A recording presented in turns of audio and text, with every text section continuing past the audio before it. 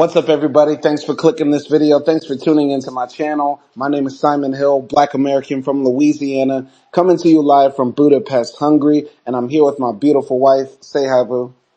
Hi everyone, I'm Akti and I'm from Turkey. And we are reviewing Tyler Perry's Divorce in Black for episode 63 of our movie review series. And I gotta say, there's been a lot of discussion about how bad this film is. And me and Acti watched it a few days ago, expecting that this film was gonna be the worst thing we ever saw. And I think we have divergent opinions. But my opinion is that it's not as bad as people make it out to be. And in fact, I think this is a step up from Tyler Perry's previous film this year, Mea Culpa, which we also reviewed. But Acti, how did you feel after we watched it? I just don't know why I like these movies. I mean, I hate it because it's so bad, but I just hate watch it.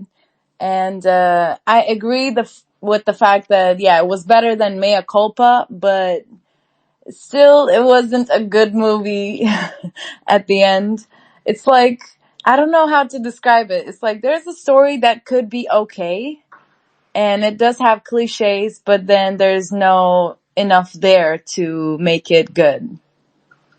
I get If, what you're saying, but like as we're going to be talking about this movie, I'm going to be smiling the entire time because I feel like the brilliance of this film is that it does have very flat, one-dimensional characters, but because the story is filled with so much tension, you're like glued to the screen watching it. And secondly, with the one-dimensional characters, but the complicated story of these families that have beef, you can create so many theories. And I just love the fact that I could just sit here all day and make theories about why people really don't like each other or why people got together in this movie. yeah, I get it, but it's just like, at the same time, I want to watch something that I don't need to be theorizing it all the time. And, I don't know, it's just like weird. It's just so many cliches. Yes, they did the tension right in most parts, but then okay, so we have the tension, we have the lead up, but then the result was just either funny without intention, or it was just okay, why did this happen? I get So, what yeah. I get what you're saying about like, okay, there's some parts where maybe the movie is trying to be serious and instead that's just hilarious. I would just say this. I think Tyler Perry is so far ahead of the game. He's just like, let's just do this and see what happens. And so like people could see that same thing happen and have totally different reactions. So somebody might see somebody picking up a dead body out of casket and be like, what the hell? That's so horrific. And another people might be rolling on the floor laughing. Cause Tyler's just like, let's just do it. Go for it. Fuck it. I don't know what he's thinking, but I'm waiting for his 30th movie, and then that's when it's going to be actually good. Because I feel like he's experimenting on the audience. I Hmm. feel like he's just testing our patience, and we're just going to keep on hate watching it. And, Mea Culpa was really bad. This was bad. So the next one will be less bad, and then it's going to go up to good eventually. Yeah, I just disagree. Mea culpa is horrible, horrific, a tragedy, a travesty. This is actually pretty good. It's actually pretty good. I kind of really like it. Now, I got a meta theory. I have a whole theory as to why I think these films get hated on so much. Firstly, Tyler Perry created his own studio in Atlanta. A black man trying to make movies outside of the main corporate white power system, right?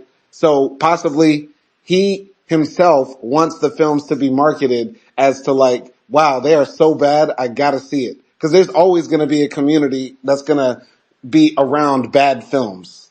And secondly, I think possibly there could be a conspiracy of the major studios to try to tear down Tyler Perry's film production reputation by like hiring a bunch of like Korean and Russian bots to just spam Rotten Tomatoes to give all of his zeros, like to give all of his films zeros.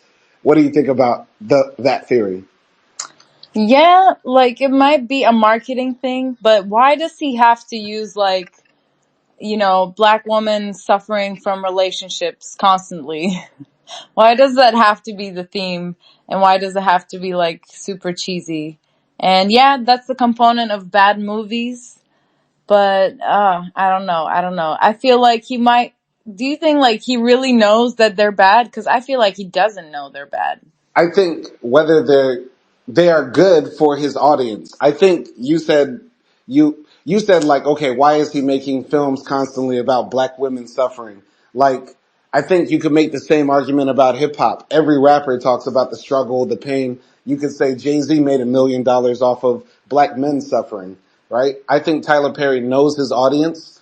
He knows this like church going Christian aunties who like those rom-com dramas. And so he's just fulfilling that need. And I think there is an element of like, how can I say this? Within black art, there is this element of like, we sort of look down on lowbrow art that sort of speaks to our base desires, to just be fed simple entertainment, right? This is why a lot of people look down on jazz, rock and roll, and hip hop when they were first created. So I think there is sort of this like, how can I say this classism within the criticism of Tyler Perry's art, because it's not a Spike Lee film. It's not, some highbrow art. It's meant to just, feed a certain hunger that people have for media. Yeah, and I love those movies, the chick flicks, the sort of like empty, very cliche timeline movies. I like those movies and I do watch them to just like, empty my head. But I don't know. I don't know if this would like count as a guilty pleasure for me in that sense. I got you. Because like, I don't know, like if you think about chick flicks, let's say like The Notebook or I don't know, Clueless, Mean Girls, like all of those movies, they still have a certain appeal. And I feel like Tyler Perry's like Divorce in Black and Mea Culpa, which is even worse. They're just like, it's not even hitting that part for me. I get you. I get what you're saying. Maybe it's not for you. I mean, would you resonate with this film more if there were Turkish people on screen? No, it's not about the people. It's about his like storyline and just like not really anything sticking out for you to like watch it as a guilty pleasure. Mm-hmm. I see. I see. I feel like I wouldn't mind watching this film again because once again, this film opens up the Pandora's box of theorizing. And you don't like theorizing about films, but I love building that sort of like meta narrative in my head about, okay, why are the characters doing this? Like if there was a sequel, what would happen? If there was a prequel, what would happen? And I just love building those sort of narratives. So I think there's so many layers to this, and I can't wait to jump into the story, honestly. Yeah, no, I love theorizing too, but I wish some of those layers were explored in the movie. Like, you don't need to explore all of them, right? But you can explore some of them. And Hmm. he just like was like, this is a girl and this is a man and this is Hmm. what happens, you know?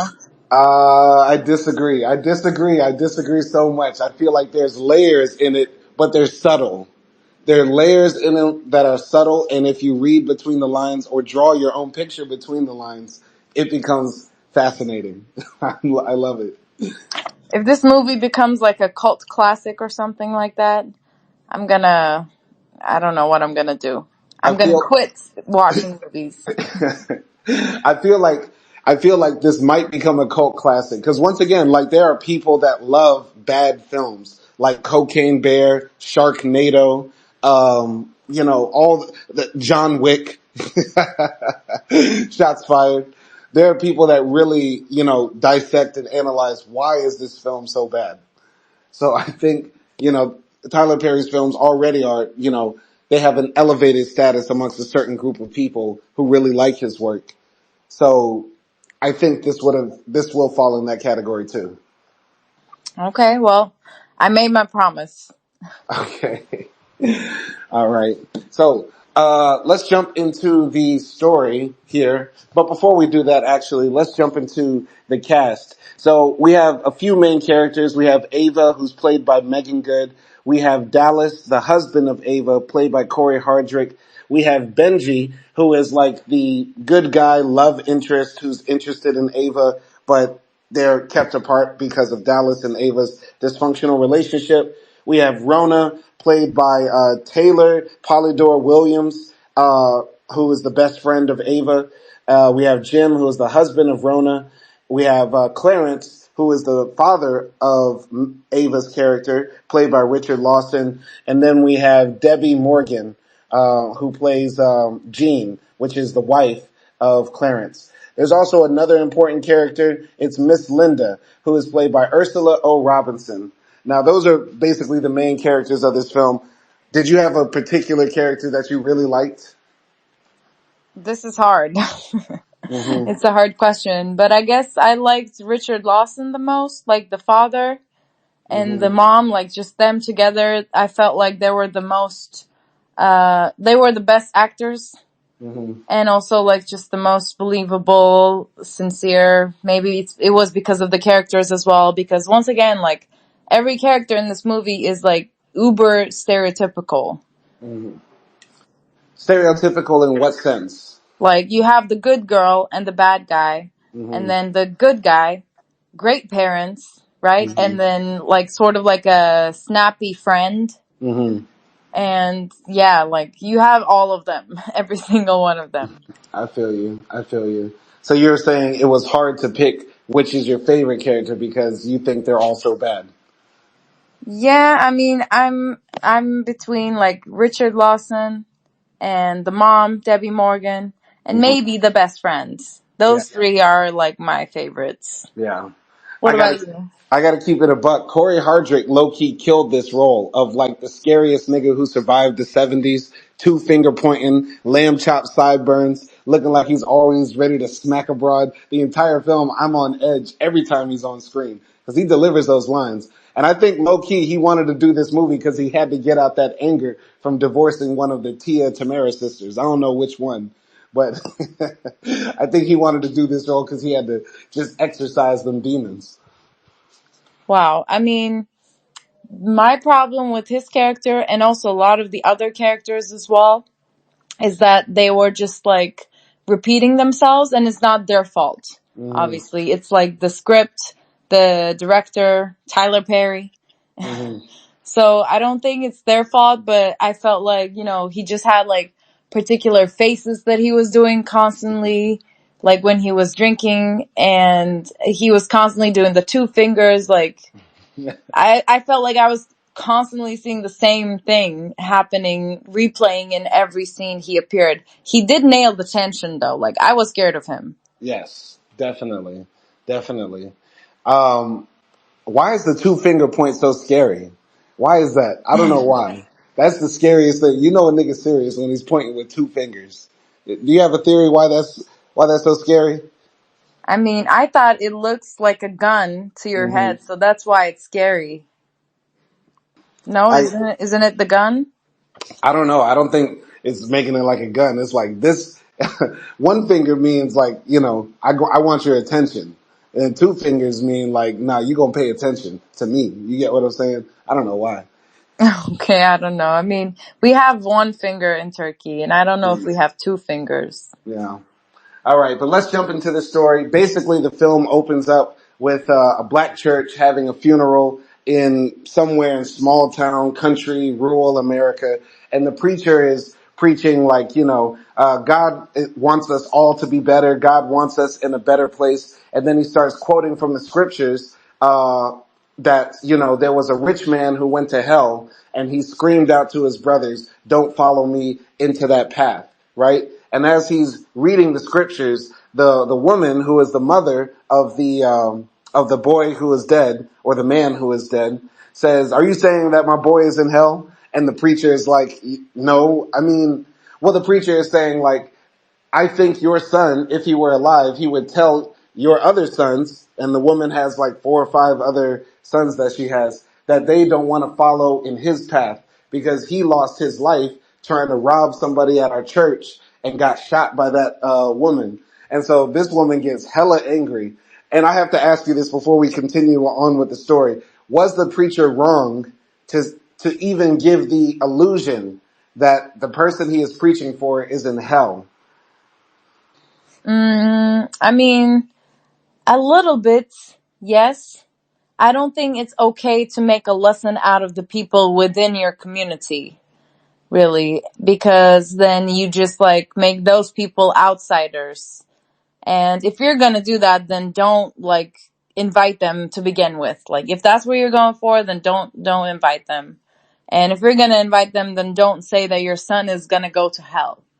I He feel didn't like that say was he didn't wrong. say that he was in hell, but he gave that hint, that he lived a life full of wrong, and a person that lives by the sword dies by the sword, and there are consequences for that.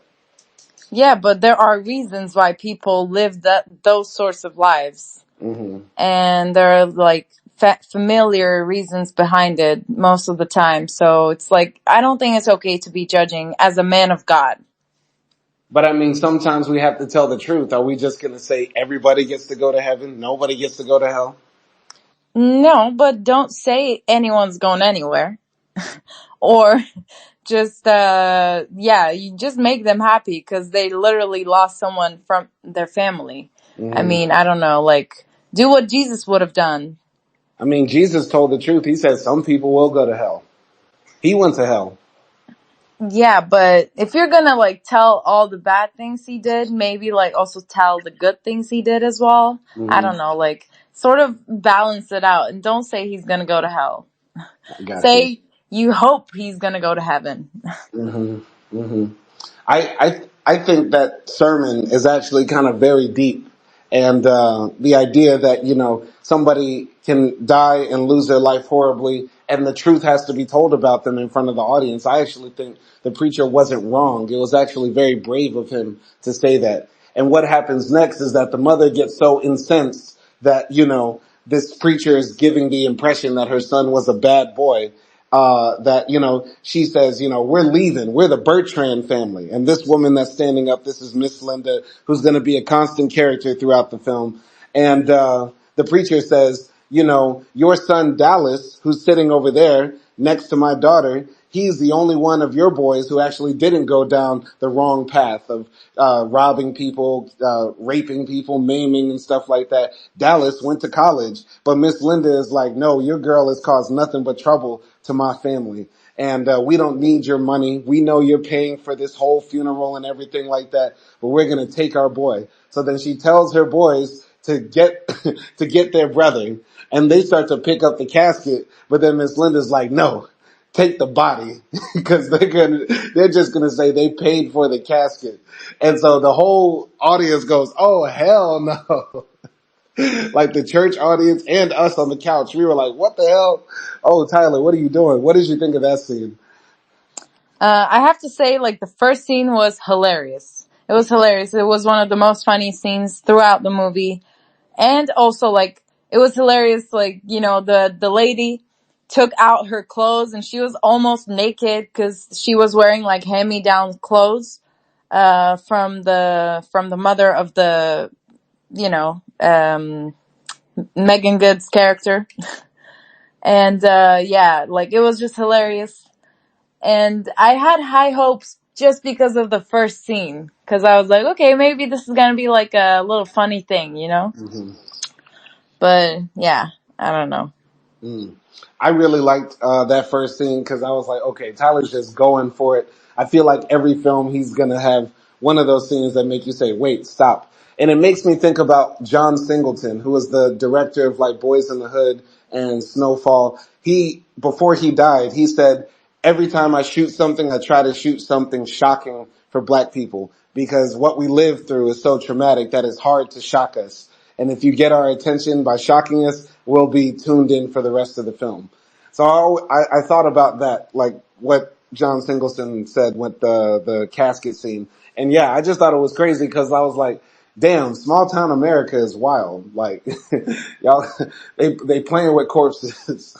It was crazy. It was crazy. So yeah, after that happens, Ava approaches her friends, Jim and Rona, and is like, I'm gonna go try to find my husband Dallas, and you guys can leave and go back to Atlanta. I'll catch up with you later.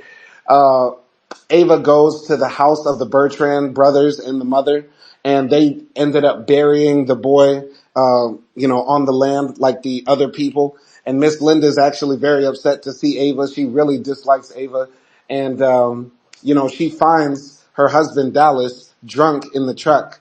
And she's like, Dallas, let's go home. You have to go to work. And he's like, you never loved me, Ava. You always hated me, Ava.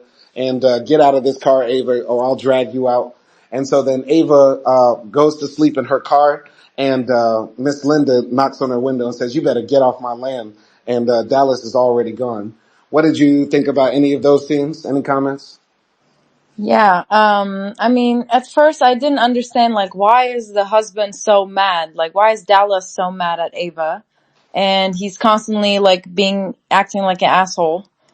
And then I also started getting a bit annoyed with Ava. Like, I feel like Megan Good is an okay actress, whatever. And I feel like in this movie, she just annoyed me. Mm-hmm. And maybe most people might disagree with this because from what I, read in the movies, in the reviews, they were saying like, most people were saying they watched this movie because of Megan Good, mostly guys. But she was always like blinking and she was always about to cry. Like, I know she was sad and she was supposed to act sad, during those scenes, but it was just starting to annoy me that she constantly had the same cry face and she was so passive about it as well.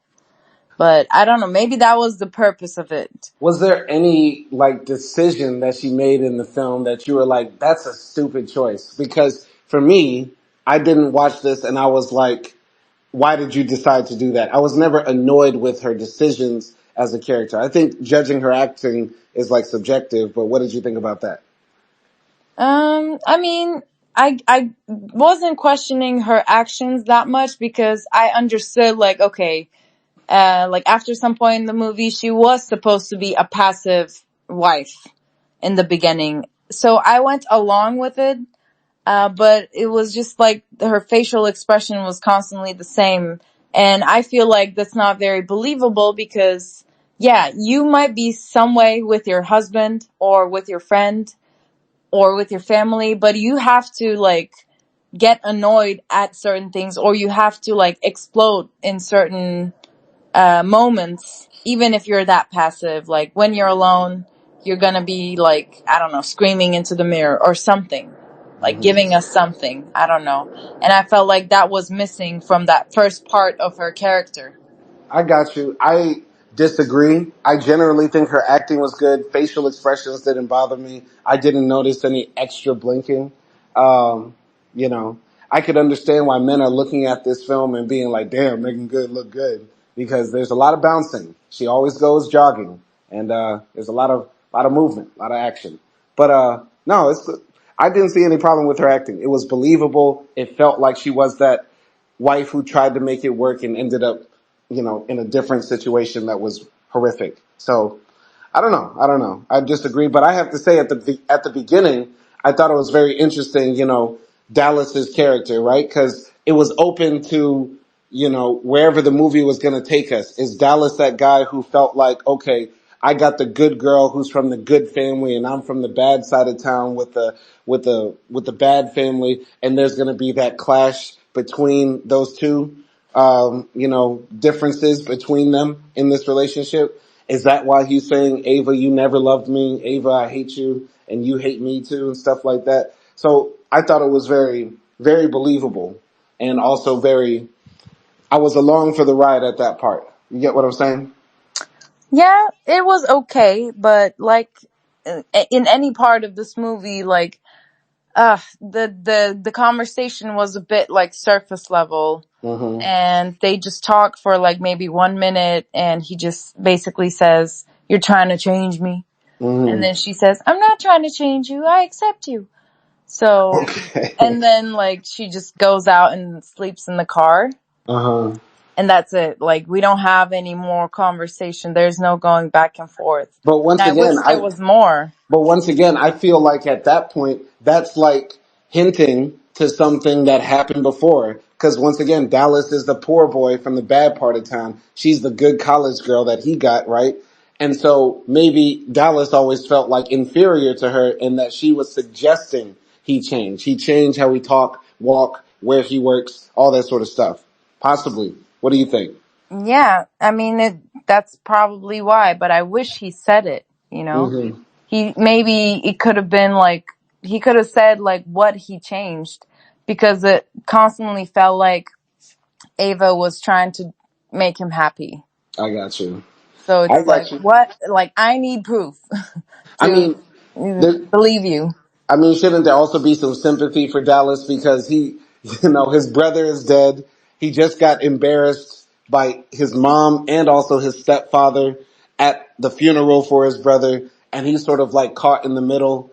And then here comes his wife who, possibly could, he has negative feelings towards because of resentment he's held inside. This is, I think you're entering my mind acting. Like I'm always trying to like build more on this. You feel me where I'm coming from? Yeah, yeah, I'm listening. Okay. All right. Well, Go ahead. moving on in the story. Yeah, Ava goes to like a local bar where she thinks her husband might be, and she walks inside and sees her husband playing pool with his brothers. His brothers really look down on Ava, and Ava's like, "Come on, Dallas, please, let's go home." And so his older brother says, "Dallas will be outside. You just go to the car." When Ava exits, she runs into Benji, right? And this is our first time seeing him. He must be an old friend because she's like, "Hey, Benji, I haven't seen you in so long." And they hug. And then Dallas and his brothers come outside and they see Ava talking to this guy named Benji. And, yeah, they're like, "Hey, we should beat him up again. Look at this. This guy's trying to holler at your girl, or look at her talking to him and stuff like that." And, before they could actually fight, the white man who owns the bar walks outside and cocks the shotgun and says, "Y'all better get now." So Dallas is drunk as hell. He tries to get in the car to drive, but Ava's like, "No, please don't drive. You're drunk as hell." And then Dallas's big brother beats him up and puts him in the passenger seat, and Ava drives him home. What did you think about like that scene? Okay, so first of all, when Ava falls asleep outside, like in the car, outside of Dallas's like trailer park house, her mom, Dallas's mom comes in and then he wakes her up and basically tells her to like get out of her property.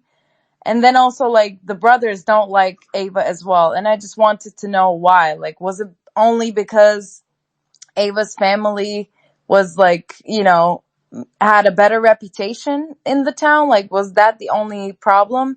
Because she and then the brothers constantly say like, I don't know, you're not good for our brother, etc. So I would love more, some other conversation, maybe between the mom and Ava there. And then like going on, of course, we have Benji.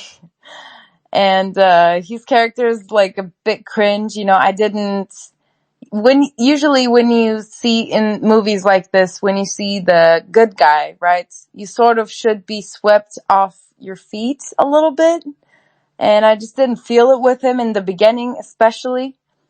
Mm-hmm. Like I'm not talking about like his looks, but just like his vibes overall. And yeah, when it comes to the fighting scene, of course, I was like, of course they're gonna fight because they're just like, I don't know, like little troublemakers that just go around town still acting like they're teenagers, and the white guy, like the owner of the bar coming up, that was hilarious as well. And I just like, the way his brother beat him up and put him in the car, it was so bad. I was thinking like, why would Dallas choose, these people over Ava? Because Ava is just trying to be good for her. Yeah, so my opinion about those things, going to that point you said about like why Miss Linda doesn't like her daughter-in-law, Ava, why do the brothers not like their sister-in-law? I think there's some subtext there about like the conflict between people who are like poor and the upper class of like a society, right? And so the lower class people feel like maybe the upper class people look down on them, and so they have resentment towards that. and people also don't like also getting all this charity and feeling like people are doing good for them out of, the goodness of their heart to make themselves seem holier than thou. And I think, that was the conflict because Miss Linda is like the stereotypical black baby mama, right? That you would just get the first impression from, big black woman with like numbers of kids. Who knows if those kids even all have the same daddy? She lives in like a, poor trailer home and stuff like that. Meanwhile, Ava, good college girl with a 2-parent home and big house and all that sort of stuff. So I think that was the point of that. What do you think? Yeah, I get that, but like also his son was like went to college and was working in the big city, and they married, like they made their lives together. So Mm-hmm. I feel like I feel like maybe there's more to it, or there Mm-hmm. should have been. Maybe the two families have bad blood or something. I mean, Because I don't think a lot of people hate pastors in their towns. I mean, the pastor can have a good or bad uh, reputation, or the pastor job in general has a good and bad reputation. It's a mixed thing because there's the stereotype that the pastor gets all this money from the parishioners. He's able to wear fancy suits and drive Mercedes and Benzes. I mean, Mercedes and Beamers and stuff like that. Meanwhile, the rest of the people are poor in the town, right? And then also the pastor might be like sleeping with like the women in his flock. So there's like good and bad parts of being a preacher, aside from being like the man of God who's supposed to lead a community. But I told you this last night or a few nights ago. My theory, Miss Linda and the preacher had a thing back in the day, but Miss Linda was from the bad part of town and the preacher ended up getting with the good girl. And so they have some bad blood that they never spoke about. But years later, the daughter of the preacher ends up coming and getting with the bad boy in town and follows through on just following love. That's what I'm thinking. That's why I think Miss Linda low key got some beef because like, how come you were able to do something that I couldn't do? You get what I'm saying? Wow. I mean, that might be possible. That's a crazy theory. And what if like one of the kids is also Clarence's pastor's kid? That's what I'm saying. Like, there's Not so many. Dallas, but because like one of the brothers were always kind of nice to Ava. mm, Like Ava always like called his name, and then mm-hmm, he helped him like pull Dallas through the car, and he was the mm-hmm. oldest brother. What if Yeah, the oldest brother was from Clarence? yeah. That would make him Ava's half brother, and Yeah, that's why they sort of have that instinctual bond with each other. Maybe. maybe. But that's just a theory. Like we don't see that in the movie. But like I said, the beautiful thing about this, you can draw the chart out however you want, and it becomes more fun. It's like it's like a game of Clue, or like or like a bingo thing. Like you're just snapping it all together, a big puzzle. Okay, I like this too, but you're just having too much fun. I This is not really, how a movie should be. I really could build a whole cinematic universe around this film, like multiple spin-off series, like the Bertrand brothers go to Hollywood. Like I could really do it. Wow. Okay. And another thing I gotta say is like, I feel like this film, more than any other film, would have been a great moment for Tyler Perry to parody himself. Like when Ava first met Benji, she could have like hugged him and said, "Oh wow, I'm meeting the guy from years ago, the good light skinned brother." Am I in a Tyler Perry film? Like it would have been excellent if she like did that right there. You get what I'm saying? And also to like create a larger cinematic universe, I would have loved to see like this film reference the events of Mea Culpa. Like Ava walks into the bar, looks at the TV and says, "Oh wow, that Chicago lawyer, got her client off of murder," and just kept it going. Something like that. Like, what do you think about those two things? Um, I think the like seeing mea culpa in the news might have been good. I think that would have been dope. But her saying like, "Oh, am I in a Tyler Perry movie?" I feel like it's too early for that for Tyler. Like we need to see more movies and a little bit more improvement for like something to happen like that. You know he's been making movies for like close to 20 years now. Yeah. Keep But trying, Tyler. okay. All right, but yeah, I thought that would have been good. Anyway, so Ava drives back home to Atlanta, and then when Dallas is like drunk as hell in the toilet, Ava comes to him, and then Dallas says she made me do it. She made me kill him, and then Ava's like, what? And then he's like, like passes out or whatever. And then the next morning, Ava's like, I cooked you breakfast. And Dallas is like, I gotta go to work. I don't have time to eat. And then she's like, can we talk about what you said last night? And he's like, I don't know what you're talking about, and leaves. What did you think about that?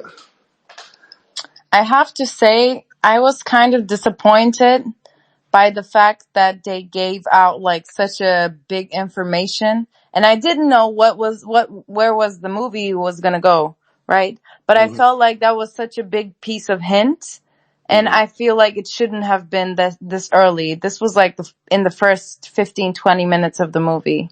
Mm-hmm. And I was just like, "Aw, I thought like we were gonna figure it out ourselves. Like, why Mm-hmm. did he say it?"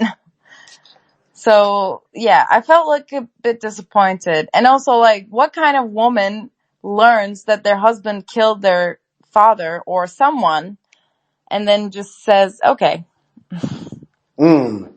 I like, oh, mean, I just want to talk about it. Like, you're potentially married to a murderer. okay, but I mean, if I was drunk as hell and I just started like rambling stuff, would you just jump to conclusions? I wouldn't, but I would definitely like smother you the next day about talking about it. Mm-hmm. Okay. I really liked that he said that early in the film because it created a mystery. And like, I think we could read in between the lines, okay, yeah, he probably murdered his father, or he said that explicitly, right? But then the question becomes, okay, is there going to be some resolution to that? Is he going to find a way to forgive himself or get vengeance on the person that told him to kill his father? If it's his mother, is he going to actually confront her? So I was like, this film opened up that possibility for me to see that thread finish. And once again, I think the good thing about this movie is that there are multiple threads that need to be sewn before the end. I think an issue is that they're not all sewn up in a neat way, right? But you have multiple things. You have Ava going through her issues with Dallas, Dallas's issues with his mother, and then also Benji's unrequited love for Ava. So there's multiple things like in this layered film that's still one dimensional and flat Oh, as hell. yeah. I mean, it's all over the place. It's Mm, like you have one hint here, but then we never actually hear about it again or anything related to it even hmm again until the very end. And Yeah, then, yeah, we'll talk about the end later. So yeah, I got you. that's just for me, it was very disconnected. And Yeah, I was like, why the hell did I have to hear this right now? yeah. But yeah, essentially, after that, we get introduced to Ava and her, life outside of Dallas. So she works at like a bank, and her friend Rona works with her as well. They carpool together, chat, talk it up. Rona is in a relationship with a guy named Jim. And Jim, is sort of like always in the background. He's like the solid, good black man character. Maybe he's one dimensional as hell too. Ava comes home from work one day and Dallas is like, yeah, we got dinner plans. And she's like, okay, well, give me 45 minutes and I'll take a shower and get ready. So she goes upstairs and she's back in like 15 minutes or something like that. And Dallas is gone. He's at the restaurant meeting up with Rona and Jim. And so then, Rona is like, Dallas, where's your wife? And she's like, I don't know. And then he just starts yelling at the bartender for drinks. Rona steps outside and is like waiting for Ava to pull up. Ava's like, it's cool. I'm not mad, so don't be mad. But when Ava gets inside, Dallas just starts going off and is like, F you, I want a divorce. I want it right now. He like, leaves. What did you think about all of that? I mean, when we were introduced to Rona, she was sort of like, complaining about Dallas, right? And she Mm-hmm. was saying like, girl, like you do everything for this man and he's just so horrible. Mm-hmm. And, yeah, I get it. Like when our best friends say it, we don't care about it that much because Mm-hmm. yeah, we know they're never gonna like find anyone good enough for us. Mm-hmm. So we're like, okay, girl, like you don't know everything, you don't know every detail. So I was like okay with that scene, and I definitely liked Rona's vibe. And I have to say, in this part of the movie, like this scene specifically, I felt like Dallas's acting was really good. I don't know if he was like actually drunk, but I just thought like the whole being an asshole thing was just, yeah, it was really good. But Mm-hmm. once again, like him coming to the conclusion of divorce and like them never actually like talking about it at all, Mm-hmm. even arguing about it. It was just like a, you know, it was just like 0 to 100 from, Mm-hmm. nowhere. Yes, they argued, but it's not like, they argued a lot Mm-hmm. before. So I wish they had that some back and forth before that. I get what you're saying. I think there is very little background on their relationship given in the beginning. So we only see this one side of Dallas as this very angry, resentful, drunk bastard. And then Ava as this perfect wife who's trying to keep her marriage together. So when that divorce scene does happen, it is powerful the way it's done because of Dallas's acting and the tension in the room. But it's not as moving as it could be because there isn't that build up to it. Like all of this happens in the first 20 minutes or something like that, right? So it's very quick. I feel where you're coming from. Exactly. Yeah, it's just, once again, it's giving like all over the place. Not, Because you just told your wife that you killed your dad last night, and then you want a divorce today. hmm Like, what is happening? Right. Right. I feel like there is some saving grace later because we do see flashbacks later of Dallas and Ava in happier times. And, we do learn more about what their relationship was like, how tumultuous it was and how, brutal it was, how Dallas was acting towards Ava. So there is some more background given later, but the film sort of jumps in very quickly on getting to this part. But I think, this film, the next sort of like half of this film or quarter of this film, because I think this film is done in like three parts. Like everything up to the divorce is like part one, right? And then there's like the second part, that is like, Ava recovering and building herself. And that's the point of the film. Like, what is divorce like for, a black woman who's about to reach 40, has no kids, and has very limited options, right? As she goes up in age. And how does that feel? Because that's what the second part of this film is mostly about. Wouldn't you agree or disagree? I just feel like even though it's a woman's story, it's very male gaze when you say it like that, because Megan Good or any woman who looks like her is not over. Like, it's not over when you're 40 and divorced. Like, come on. I feel like it's so like tacky to portray that. I hear where you're coming from because yeah, Megan Good is, a very lovely looking woman, right? So no, she doesn't represent most women, but a lot of women have been in that situation where they have been with somebody for so many years. There's a very touching scene after the restaurant scene when Dallas blows up, when Rona and Ava have that conversation in the car, and Ava says, "You know what they say, how women say, I gave him the best years of my life. I really did. I gave up my 20s for him. I gave up my 30s for him. And now I'm pushing 40 and he's telling me he doesn't want any 40-year-old P word." That was the funniest line. So yeah, that's what I'm thinking, right? Like this film, I don't think it's male gaze. I think it's a view into what those emotions are like, for women. I don't know, because I don't think it's like Megan Good's character, Ava, in this movie is like that girlfriend that every girl has. And they have like a six pack and a natural BBL, and they still say, I'm so fat. Like, I'm just like so horrible looking, and they look like a model. hmm Like, every girl has a friend like that or a girl that they know that's like that. And I feel like Ava was giving that in that car hmm scene when she was talking to Rona. Yeah. It's like, girl, like you look good. Like stop lying.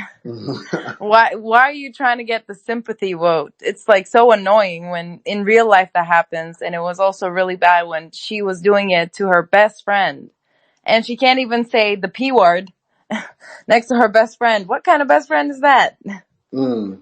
I mean, I'm just thinking of that Kanye West line, the prettiest people do the ugliest things. And I think behind every bad bitch, there's a broken girl inside, right? All those girls with natural BBLs or the girls who have all that plastic surgery, whatever they have, whenever you're looking at a very beautiful woman, what all you're seeing really is a broken girl who never got daddy's love or some other type of affection or attention that she really deserved or thought this is the only way to succeed in this sexist world we live in under patriarchy. So I don't know. I don't know. I I don't think think I that's true, but I'm not gonna go deep into it. go into it. Come on, please. Let's I mean, actually have that discussion. Go ahead. I don't think it's true that every pretty girl is broken inside or they have some sort of daddy complex. Why would that be true for every good looking person? Number one, I didn't say only a daddy complex. I also talked about the sexism and patriarchy we live in. Secondly, we live in a world where women's physical appearance is put on more emphasis than men's physical appearance for multiple reasons. And in a lot of cases, women don't have the economic opportunity to actually use other means of gaining wealth or gaining power or prestige other than their looks or appearance. Kamala Harris is about to run for president, and for the next 3 months, all we're going to hear to some degree is, what is she wearing? How does she get ready? What makeup does she wear? What is her morning skin routine to some degree? And while daddy issues are also there because there are many women who are born into like broken homes, especially in America, or single parent homes, I think there is a lot of other factors as well. Yeah, I get it, but I'm talking about like regular girls and not like, famous people. Yeah, a lot of the celebrities face or have to go through like, you know, uh, stuff about how they look. But, and we also think it too, regular girls, but I feel like we have accomplished, a little bit to get over that. So I don't think we're still thinking that toxically. And I If, hope we're not. okay, but if women weren't still thinking that way, then why is plastic surgery still a billion-dollar industry that grows exponentially? Yeah, because there is a part of women who do it for themselves and because they want to feel good about themselves. Do you And think there's a there's a shift larger, in the perspective a little bit because when it first came out, I feel like it was more to appeal to the male gaze, and there's still a part of that today as well, but I feel like it's shifting. Do you think there's a larger percentage of women who get BBLs or breast surgery just for themselves, or a larger percentage who do it for the attention of the opposite sex, or even the same sex? I would say most people do still get it for attention. From the opposite sex or the same sex for romantic Yeah, partners. yeah, like for romantic purposes, but And also that also that would include people that do it for business reasons, like you're getting the new titties and ass because you need to start that OnlyFans. yeah, yeah. I mean, that is the business side and it kind of goes into the celebrity aspect of it. But if we look at Ava's life, like going back to the movie, she has a almost like the perfect family, right? She's from a little town and has a pastor dad and a loving mom, and their relationship is really good. So like, I don't get it why she was like that. Hmm. I think there's layers to that, and we're gonna break that down. So when Ava and Rona, leave the restaurant, Rona gives Ava a letter that she wrote to Ava that she was holding on to, and in it, Rona wrote down every single thing that Ava told her that Dallas did to her. So like all the abuse, all the cheating, all the beating, everything is on this piece of paper. And I thought that was kind of a violation, like friend code violation. Doesn't matter about gender. Like why you gotta do all that? You trying to be messy.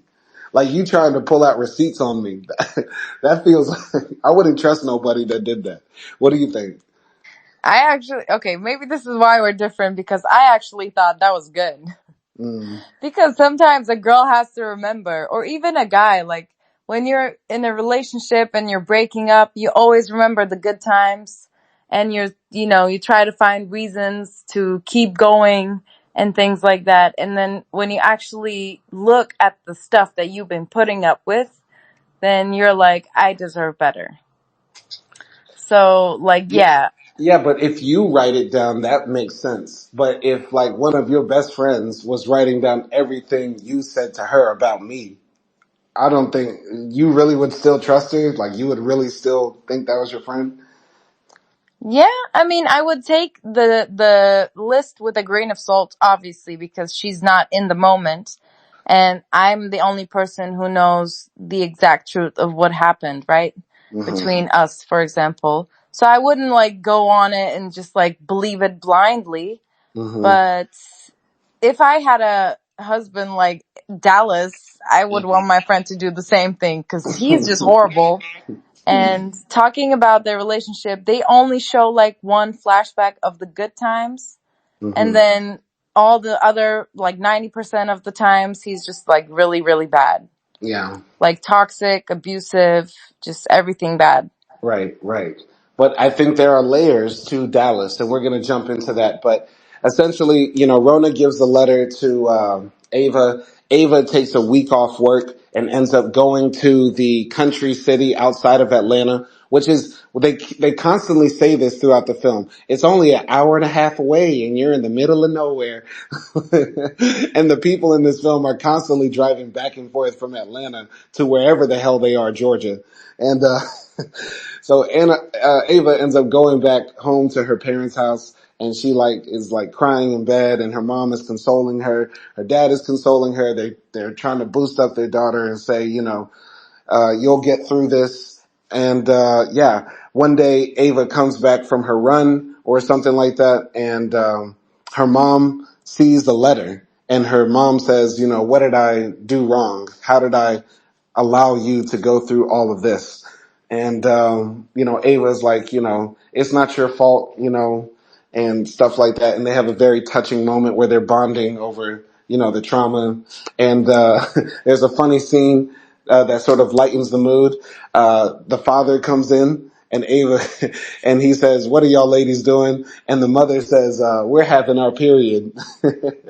And then the father's like, "Okay, I'm gonna go milk the cows," or something like that. But yeah, what did you think of Ava going home and how her parents were comforting her and her mom seeing the letter? Any comments? For me, this part actually was like heartwarming because it reminded me of my mom.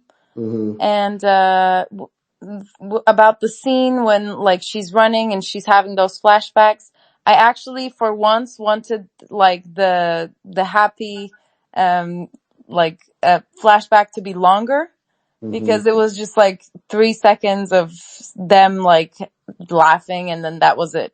It felt like she couldn't even remember a good time Mm-hmm. even though she wanted it. And then like when I realized that her mom led the letter, I was horrified because that is just something that you don't want your mother to read. Mm-hmm. Like and I was guessing like maybe he slapped her, he cheated on her, he called her names, he spit on her. I think that's what the mom said. Mm-hmm. And like all things like that. You never want your mom or even like your friends to, hear this Mm-hmm. because most of the time I feel like I do have like a little bit of the same complex that Ava has because the way she's explaining it is she's saying that, Mom, like you told me to, keep going no matter what, be loyal to my marriage, um, keep fighting, keep going. And, yeah, that because that's what her mom did. But Mm-hmm. obviously her mom says like, I didn't put through any of this. Like Mm-hmm. your dad treats me right. And that's why I stick by him. Mm-hmm. And I do have the same complex a little bit. So I liked the scene because it was relatable. And sometimes when we fight and things like that, I have to like go back and forth in my head. Like, what are the things that are worth fighting for and what are the things that are not worth fighting for? Mm-hmm. And what are the times where, like, you know, I just put myself down under. Mm-hmm. So I like this scene. Yeah, yeah, I liked it too. I generally like, her parents and the dynamic. Like, once again, it is still very one dimensional, but the amount of dialogue and conversation in this film and how it moves the film forward, plus the tension that's in the air surrounding it, it still keeps you captivated and interested. And, when I go back home, to my parents' house, I get that same warm feeling, at least for the first few days. I don't have these preacher, Christian super parents like Ava got, but I get that warm feeling like, okay, you're protected now from all that drama that's been outside. And so, yeah, it was moving and touching. I just got to jump forward. So basically, Ava gets taken out on a daddy-daughter date with, her father to like the hardware store. And, basically her father basically set her up for a surprise because Benji comes out again with like a with like a vest with the arms cut out and his triceps take up half of the screen and he's like, "Hey, Ava," and Ava is just like not feeling him at all. But her father is in the background talking about, "Boy, you better holler at my daughter. You better try to get them digits of my daughter." And yeah, basically, Benji tries to ask Ava out and everything, but she's not with it. I think we also find out at that scene that Benji actually was married before and he got a divorce. So he's trying to connect with Ava on that level. And I think we also find out in that scene that Benji has a daughter. So yeah, moving forward though, later on in the film, there's a lot of sentimental moments that happen of just Ava just trying to recover and get over the stuff.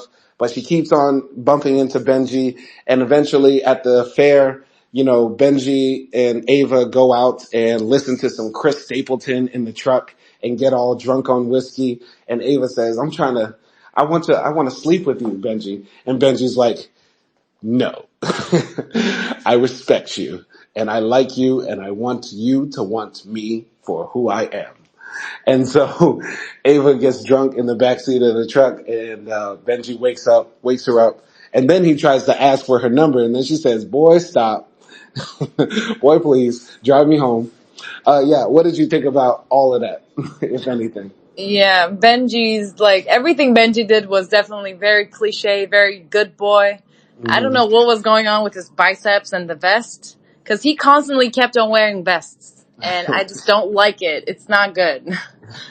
And the sleeves also look like they're ripped, like Uh-huh. the arm literally ripped. So I don't think it's a good look. But anyways, Yeah. yeah, like the whole dad trying to set her up with Benji, it was a bit childish for me, and it felt like a bit fake, even though the scene itself like had some jokes. So it was like a little laughable moment Mm-hmm. when the dad roasted him. And I saw it in one of the comments as well, but when they were playing Chris Stapleton in the back of the trunk, I thought he was serenading him. So I was like, oh wow, this just got like 16 like year old chick flick. Very Mm-hmm. cheesy movie. And then thank God he wasn't and they were just listening to the song. That part was hella weird because it was like, all right, is this movie music, like soundtrack to like what the background of this scene is? Or no, they're actually just listening to a song. So I was like, why is nobody talking right now? Like, what is happening? Yeah, like it wasn't clear if it was a montage or whatever like the hell was going on there. That was Yeah. definitely weird. Yeah. But I don't also really get the like the guy refusing it and then asking for the number, right? Benji asked for the number and she said no. So I feel like you would get the hint that, she doesn't want you at all. Yeah. I don't I know. I think with Benji there was a missed opportunity to sort of explain, why Ava didn't end up with him. Now there is a little bit of background that when Ava was like a teenager, she was dating Dallas, and Dallas was like her first and only true love. But they went on a break when they were like 16, 17, whatever. And then Ava was hanging out with Benji, but they pulled no, the Bertrand brothers pulled Benji out of the car and like beat him up, and that's what they were referring to earlier with like, we're going to beat them up again, right? But it seemed like also Ava didn't want to rekindle that because Benji has some issue. And I think it's because he's Benji with the penis that's smelly. So I think that's why. But I think there also might be another reason. It's because Benji might have been like a playboy. Like he could have been that guy all through high school who was messing with the girls and all that stuff. And I think this was maybe a missed opportunity for the film maybe to give reasons as to why all these characters are doing these different things or being treated a certain way. So Benji was the playboy, but Dallas actually in high school was like a sweeter guy. But then they changed over time. And that's why Ava's in this predicament now. I don't know. What do you think? Yeah, I think that second theory might be true. I don't know Mm-hmm. about the smelly pea one, like smelly Mm-hmm. peony, but I think the second theory might be true because we know at that time Dallas wanted to go to college, right? So Mm-hmm. maybe he was just like very good. And then Benji, when it comes to Benji, when he was chasing her, like when they were adults, it felt like he was trying to complete a challenge. Mm-hmm. Like he failed the mission, but now he's like doing it again. Yeah. Like almost he made a bet on it or something. So yeah, at first their connection definitely didn't feel like genuine. Mm-hmm. And yeah. Yeah. And going back a bit in time, I feel like Ava as a character, it could have been developed more because when she's at home with her parents are like showing her videos of her when she was a kid. So she used to run track and she was great. She was in a spelling bee and she was great. And, then they showed the picture of her wedding and they show Miss Linda like knocking the flowers out of her hand and saying like, you know, your daughter is, gonna ruin my son and ruin our family and she'll never be a Bertrand and all that stuff. And her father says, you know, I never saw you smile after the wedding videos that I've taken. And I don't treat your mother like that. I treat your mother right. I kiss her. I love her. I make it come. Yeah. And I was wishing that Ava at this point revealed like, you guys always wanted me to be perfect, but when I was with Dallas, I could just be myself. I know you think that's probably hella cliche or something like that, but I felt like let's explain why Ava did end up choosing this bad boy, why she ends up going this way. And I thought that could have filled in, you know, that missing element that would explain her motivations. Yes, it is a cliche, but I do agree on you because we need Ava to tell us something. Because Hmm. I felt like she was constantly agreeing what people were saying and then not doing anything Yeah. about it. So yeah, like she could have given a reason. The best thing would be like, oh, there's like something more to it, right? Hmm. Why he loves Dallas. Maybe it's because something they went through or something Dallas went through. It, Hmm. it could have been even like a flashback of Yeah. them like just talking in high school or something. Yeah. And I just felt like there was more like background to Benji and Ava's relationship than there was with Dallas and Ava. Yeah. Yeah, there's a lot of background that's given for Benji and Ava, but so much is missing for Dallas, and that would have been hella, you know, hella useful for explaining the story and making it more interesting. But I think Tyler Perry is a genius because he's allowing us to fill in the blanks. He's given us basically like, you know, those coloring books? Like you can color it in however you want and it becomes more fascinating to discuss, right? Like this feels like watching this movie feels like gossip, like church, small town gossip came to life. And then you just get to sit around the coffee table with your friends and just fill in the rest. Oh, I heard Miss Linda really slept with Jeannie back in the day. And I heard Ava is actually adopted. Like, ooh, you know what I mean? Like, you could just spill tea all over this thing. You get what I mean? Yeah, I get that. Like sometimes that could be fun. I just wish there weren't so many blanks. Hmm.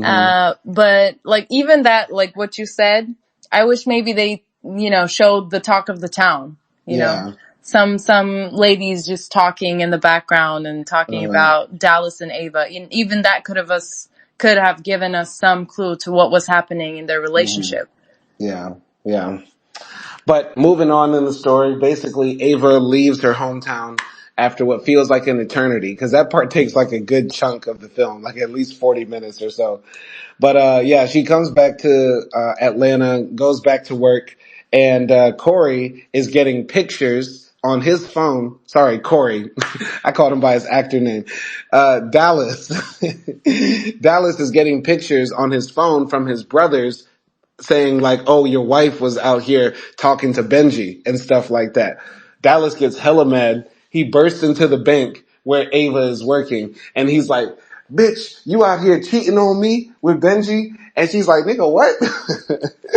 and, and yeah, basically Rona is there like, nigga, you better get out this office. And he's like, bitch, I ought to slap your ghetto ass. I'm gonna come back to the ghetto part. This is gonna get deep. All right. Dallas says, shut your ghetto ass up, Rona. I'm talking to my wife. And then, you better sign those divorce papers tomorrow. He's like demanding that, Ava do that. And then he storms out of the bank. Any comments about, that? I mean, it was okay, I guess. Once again, I feel like whenever Rona shows up, she could be a character in Insecure. Issa Rae's Insecure. And I feel that authenticity with her character. I just wish there was more with Ava, because at that point, Ava did her recovery, right? Mm-hmm. She was gaining back momentum in her life, but even then, she was still a bit, weird and just passive still. Mm-hmm. So yeah, maybe I wish instead of Rona, she would have said something. I don't know.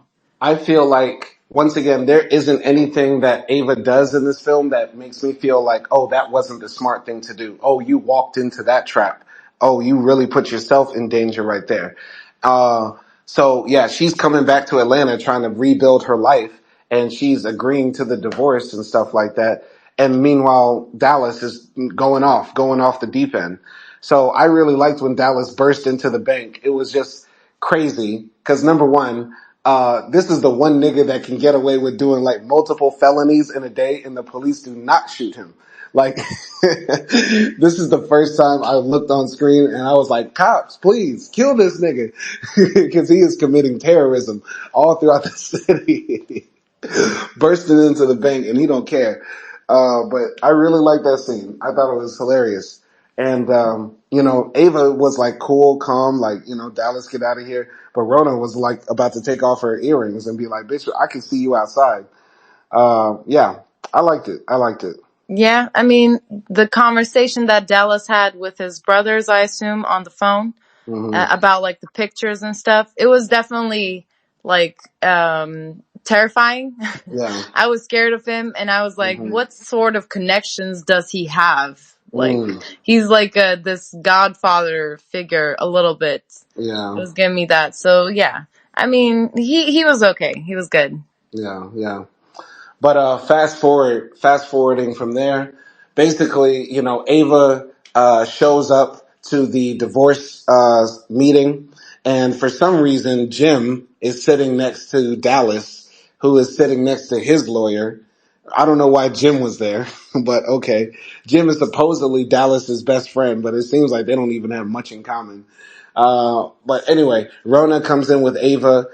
Dallas had already promised to Ava that she could keep the house, she could keep her car. He just wants to get away from her.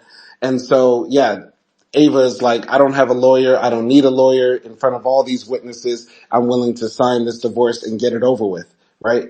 And so, she signs the papers and then just leaves. And then Dallas is mad, like, you see that, bro? She just signed the papers. Why she do that, man? And Jim is back there like, oh God, this nigga. Yeah, later on, Ava goes to a party that Rona surprised her with, and it's a, bye nigga, I'm free party or something like that, right? And she's got male strippers in there, a bunch of girlfriends, they're partying and dancing, and Benji's big ass is there too. So they're partying, having a good time, but Dallas is right outside in the truck, like, bruh, what's she doing in there? And Jim goes out there to try to stop him, but then Dallas drives away, all mad. Any comments about those scenes? Yeah, I thought Jim's and Dallas's friendship was so whack. Dallas just kept on cursing him. and telling him that he wasn't his friend or he was a bad friend. And then Jim just constantly kept on saying, like, what are you doing, man? Like, calm down, man. So I just wish, like, either they gave some context to their history, and I mean, there wasn't. So I just wish there was like more genuinity in their relationship, and it just felt like they were just acquaintances rather than friends. Right. I'm filling in the blanks right here. So Jim and Dallas met in college in Atlanta. Now, Jim might have been that nerdy guy who was just like, I'm just here to study. And Dallas might have been that kid who got in there like on affirmative action or like a sports scholarship or something like that. And he was protecting Jim from all the people that would bully him. I'm just filling in the blanks. And I'm gonna go even further. Jim met Rona in university, but Rona is from Atlanta. She makes that point clear throughout the film. She's not from the country like all these other country motherfuckers, right? So she's hella ghetto in the sense like she probably like, you know, rolls her necks, big hoop earrings, you know, dookie braids, all that sort of stuff, right? And so, you know, this is a culture shock for Dallas because he's from the country. So he probably never liked Rona, and he probably never liked that Jim got with Rona. And that's why he keeps on calling her ghetto and saying like, bitch, you want to lose your job? Cause maybe Rona also came from poverty too and got into college. I'm saying I'm building the series right now, acting.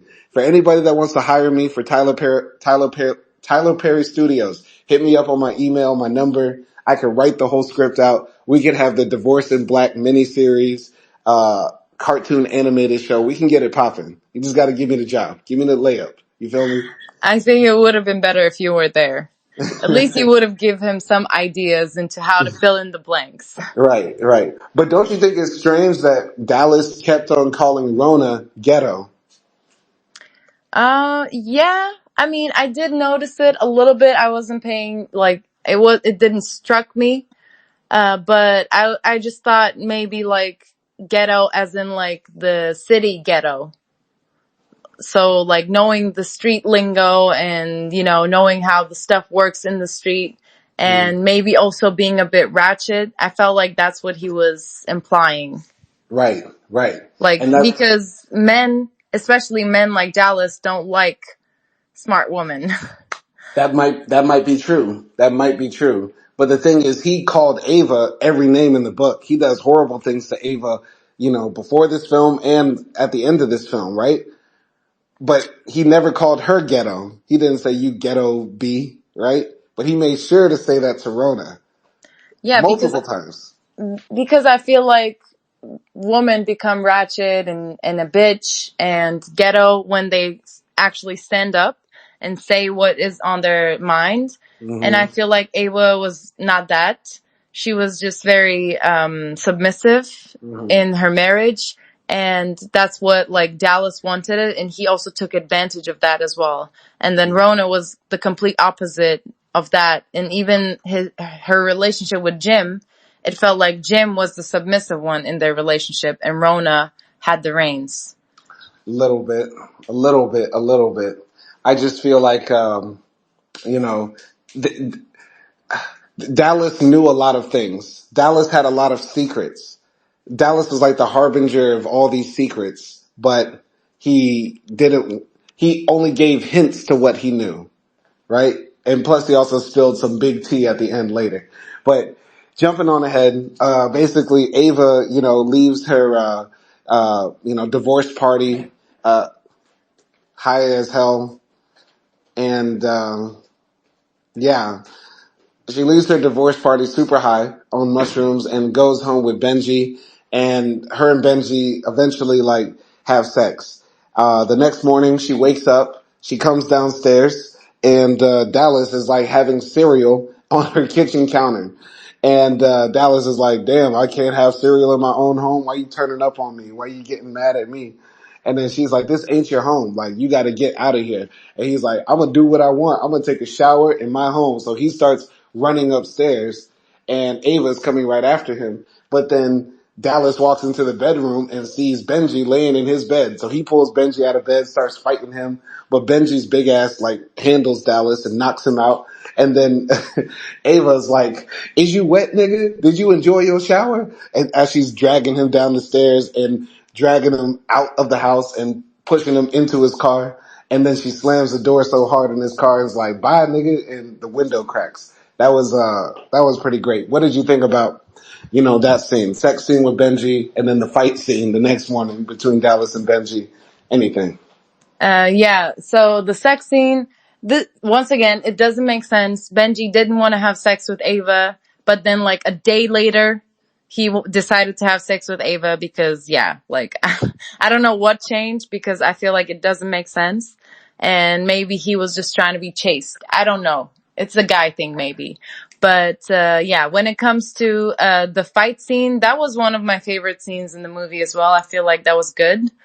Because we finally saw Ava like breaking out of her shell and just like having this crisis moment. And there was also a dialogue between Dallas and Ava before he went upstairs, and it explained more things. And I was like, oh, finally, like she said some things that was on her chest. And yeah, when she was dragging him down for like a good 5 minutes, I was just like, yeah, like F Dallas. Mm. Now, for Benji, you said like you didn't understand why he wanted to have sex. He was like, I think what he was trying to do is like, I gave you a chance the first time. I was nice the first time. You better appreciate my niceness because now I'm going to beat the pussy up. So that's what I think he hit it. You know what I mean? He was willing to take that chance because he was like, you know what? I tried to be nice. If you don't feel that, I'm going to just show you the D.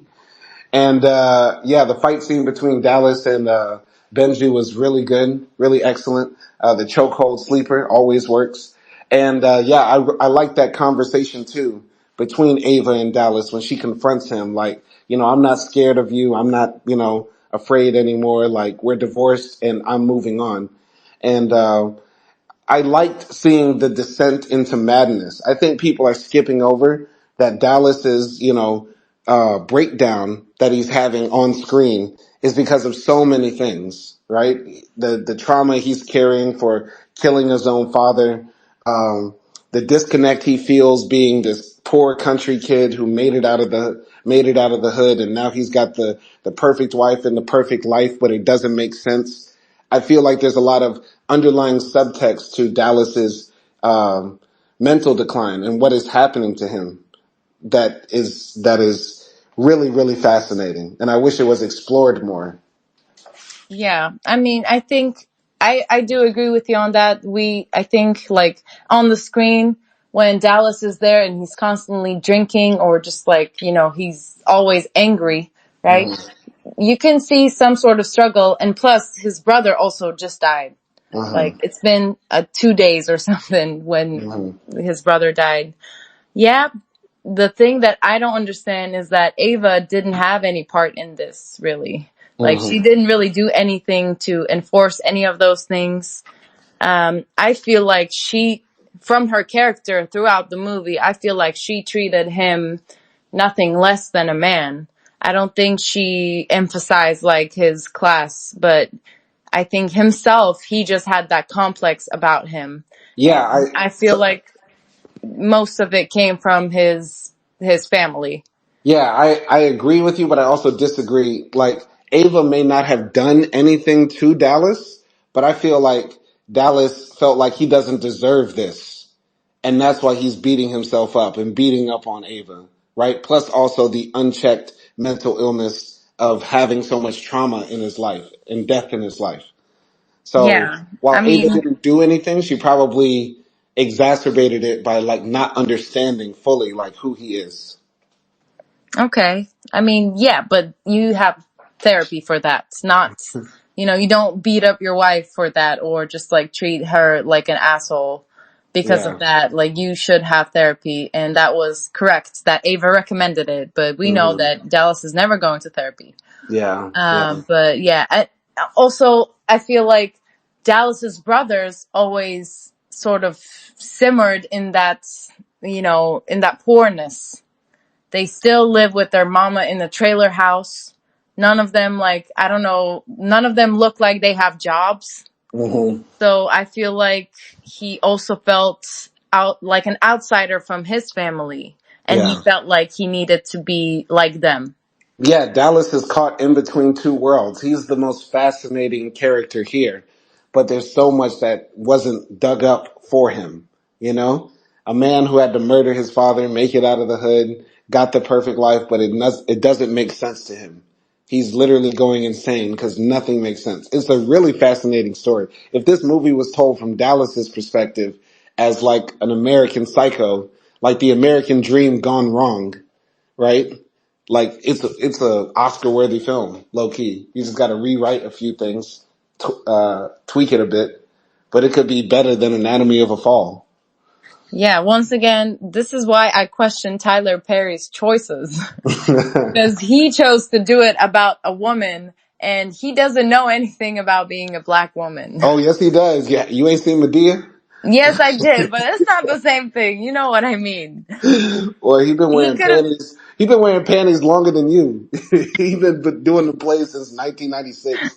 Stop. I mean, no, he could have easily did it from like Dallas's perspective, and I agree. Like it would have been more fascinating because Mhm. Dallas obviously has that family history and Yeah, like the trauma history, so it could have been explored more than Ava, where yeah, she's just like this happy-go-lucky family girl. yeah, yeah.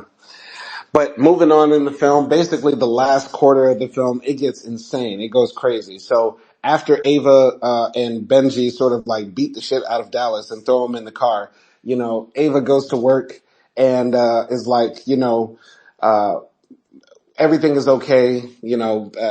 Dallas is mad, but I know him. He'll calm down. And Rona's like, okay, girl, you got this. Ava goes upstairs to her office and then she calls Benji and she's like, damn boy, you done beat my guts up. That was the best I ever had. And, Benji's like, yeah, I know I did that. Meanwhile, Benji is like pulling up to his farm. And when he pulls up to his farm, he sees Ava's father is there and all his animals are dead. And the police is standing next to Ava's father. And he's like, yeah, we don't know who did this. Do you have any cameras? But Benji's like, I know who did it. It was, Dallas or his brothers or something like that. And yeah, Benji calls, Ava and, or something like that. They're on the phone, but then he's like, Dallas killed all my animals, but it's okay. Don't worry. Everything's going to be all right. At the same time, Dallas is like hanging out outside. No, I got the whole story mixed up. Let me fix up this bit. So, you know, the father is calling his mother. No, the father is calling his wife. I'm tripping it up. You want me Ava's, to continue? all right. Yeah, go ahead. I'm tripping it up. I've been doing the whole story. Okay, let me restart. After Ava and Benji have a sexy night, Benji goes back to the little small town and he sees that his animals are dead. And meanwhile, Ava is going back to the office. She doesn't know about it yet. And Dallas is outside. And Rona notices Dallas outside. And No, so no, no, no, that's not what happens next. Listen. I broke it down. Benji's animal dies. He tells Ava. And Ava's father, calls his wife. He's like, hey, we need to watch out because Dallas just killed Benji's animals. And his wife is at the grocery store shopping. She's like, okay, all right, everything's going to be all right. But then Dallas shows up and basically attacks Ava's mother at the store. That's the scene that happens next. okay, yeah, go ahead. Yeah. All right. Do you want to pick it up there or any comments about those?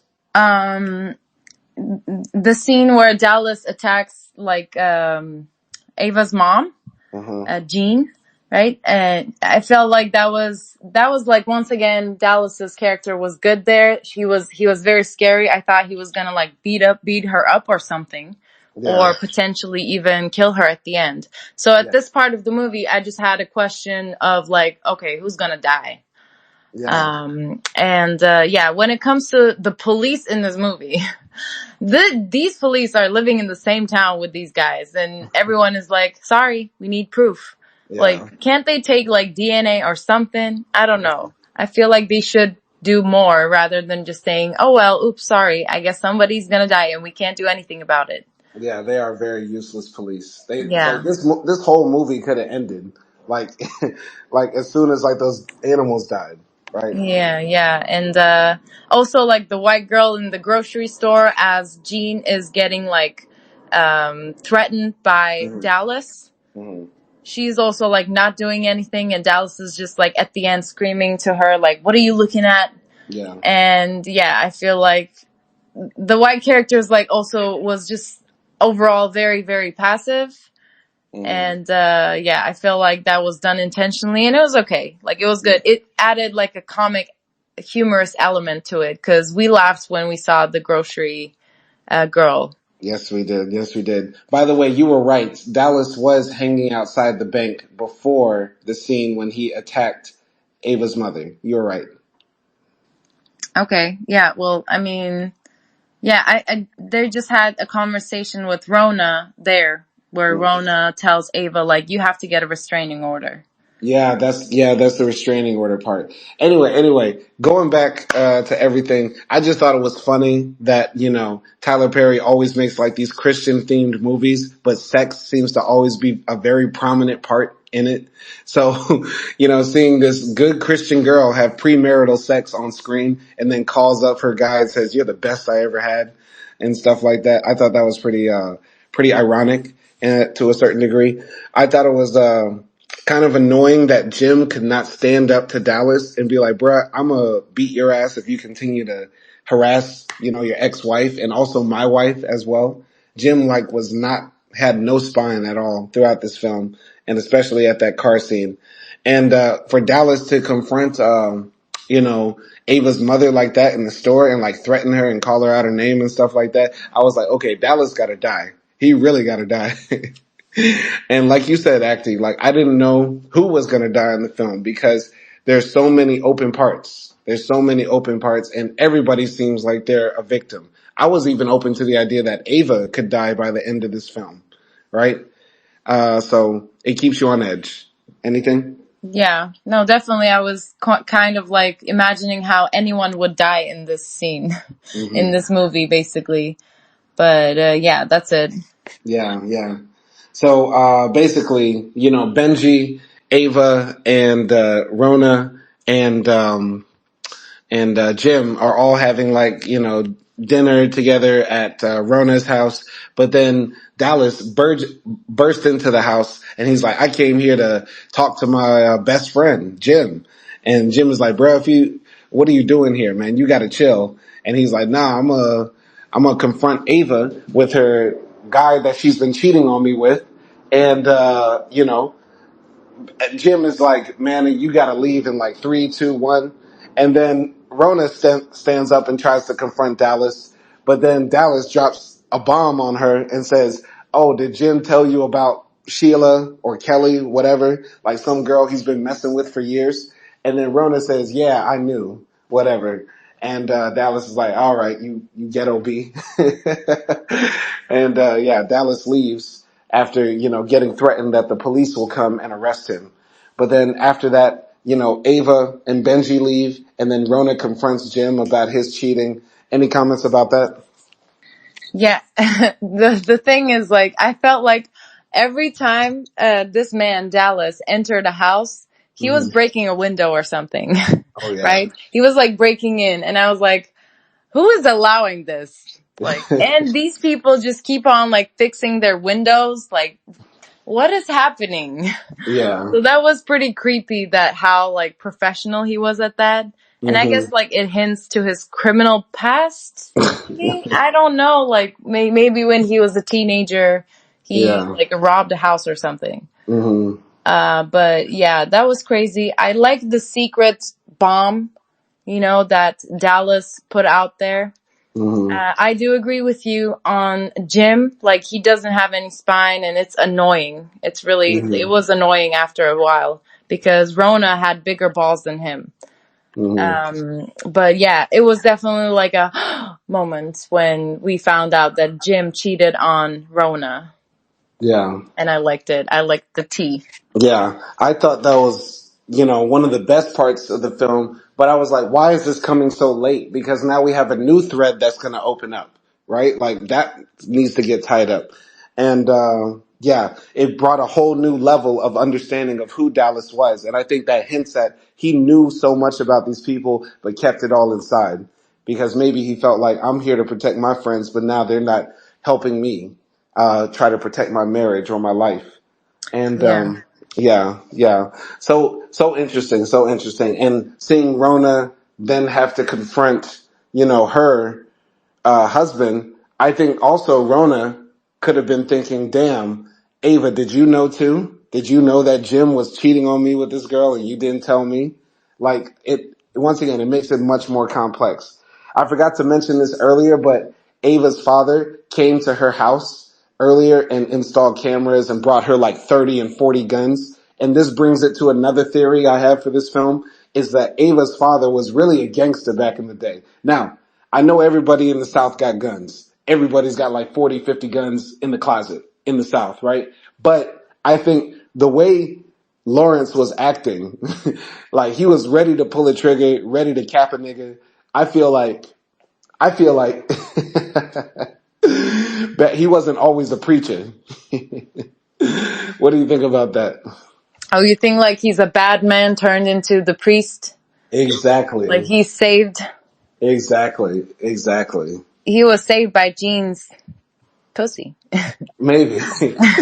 Because maybe. I said this in the movie a couple of times when we were watching. I feel like they're a very great looking couple. Like they Hmm. look great as like 60, 70-year olds. And I Hmm. cannot imagine like how hot they were when they were younger. Right. It's like, yeah, it's like maybe he was a bad guy too, just like, what was his name? Dallas.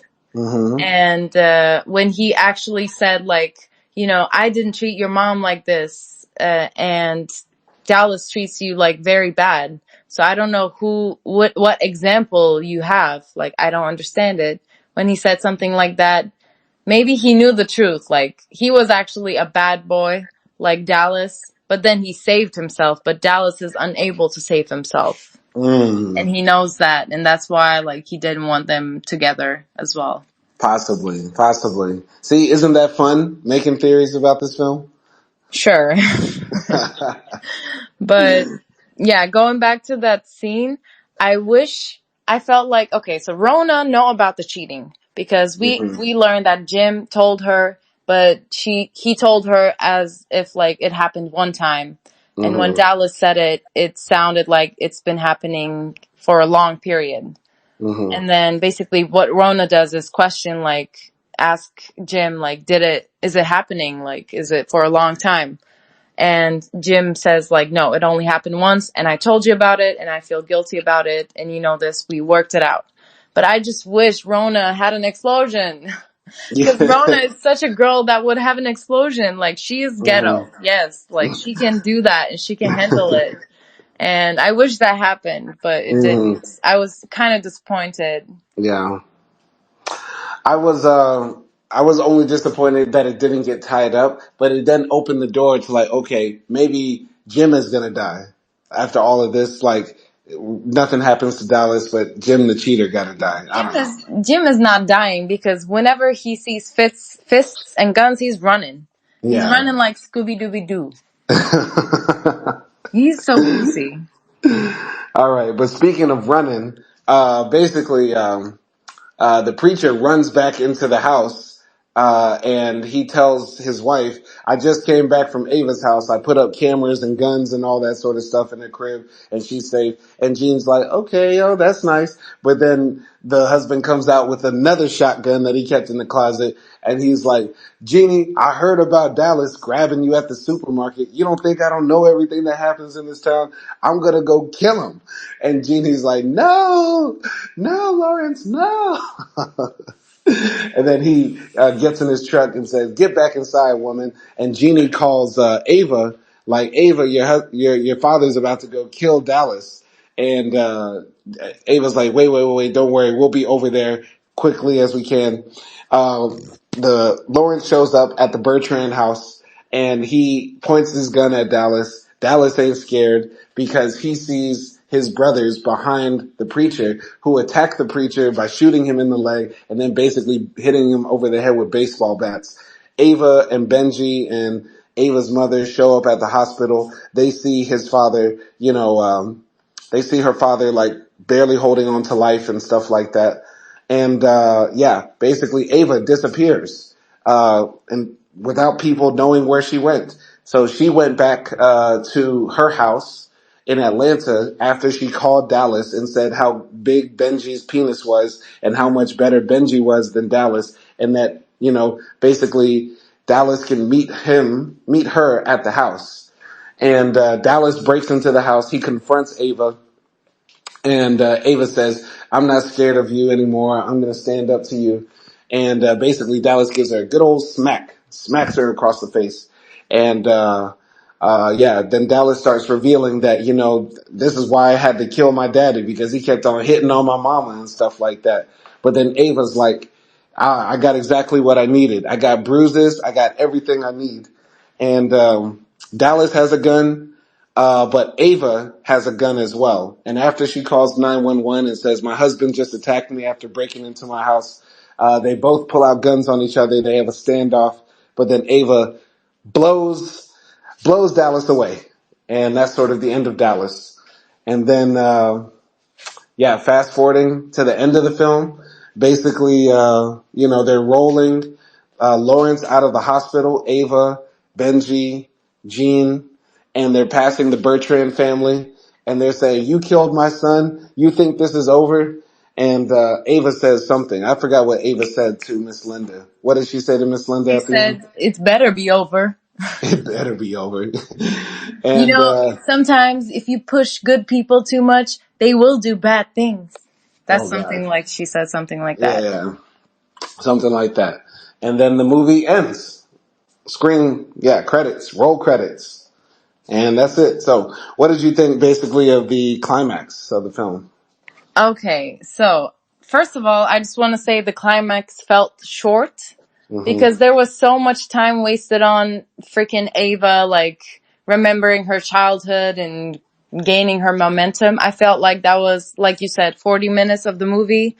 And then like the climax felt like 5-6 minutes. Yeah. And it just like didn't give me that like slow climax, very tense, because it was tense throughout the movie.